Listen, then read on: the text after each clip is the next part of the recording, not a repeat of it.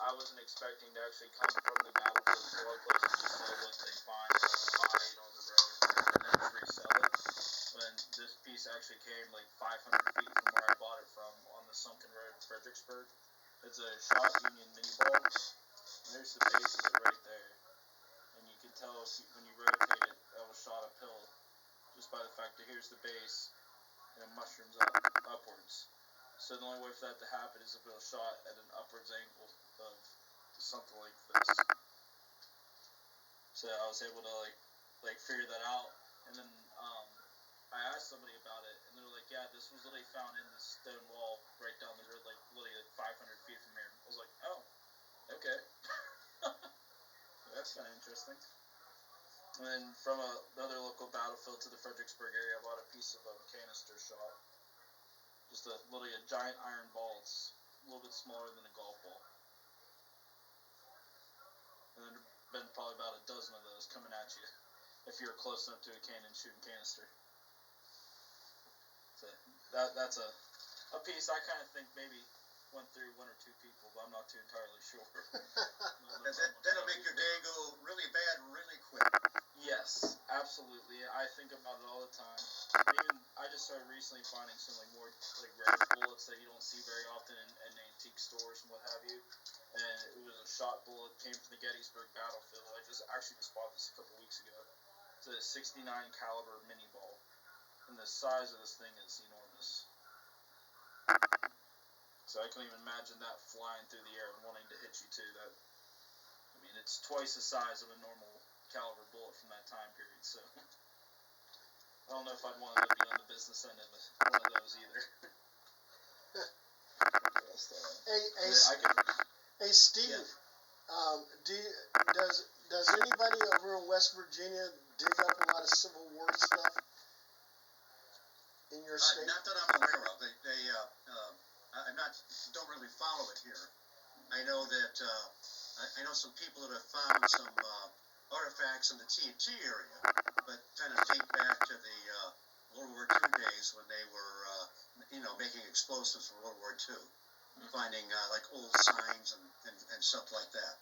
But nothing in the way of that I know of bullets or anything like any Civil War stuff. Now there might be. People must find arrowheads in that area. That whole area was a burial ground, and there's people were buried all over this area.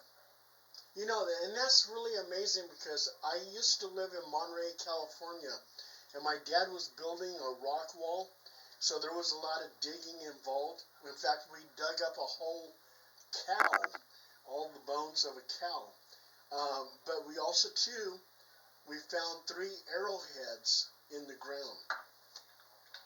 Oh, wow. Yeah. Did you ever find any arrowheads, Sage? Not personally. I know this area is very rich with that kind of history. It was the show I bought all my musket balls from, a couple of the bag full of Civil War stuff too, actually was an arrowhead show. It was just listed as a Tri-Valley Relic show, and I was like, oh, I'll just go see what they have, maybe I'll get lucky. And I walk in, and it was 40, 50 tables of people selling different Native American stuff, arrowheads, spearheads, you name it. And I just ended up getting lucky by one guy, by some dumb luck, having a whole collection of Civil War and musket ball arrows. They had no idea even what they were. He just looked at me and straight up said, I don't know what these are. I don't know when they're from. If you want them, you can have them. And I was like, what would you give me for $30? And he literally just dumped the whole thing in a bag and said, here you go. And I was like, oh, okay. So I got quite lucky there, but I know a lot of people in and around probably half hour from here are always finding arrowheads and stuff. We have a very rich history in this area. Yeah, it seems that way. Yeah. Yeah, you figure we had American Revolution, we had the French and Indian War, prior early 1700s, all established history in this area. Plus, before that was all Native Americans and all sorts of different, 5 different tribes in this area. So you never know what you'll find when you're out and about. Christian, when you're out there looking at these grave sites and stuff like that, do you ever come across anything that you might find that is historical? You mean like arrowheads or anything? Yeah, anything like that, yeah.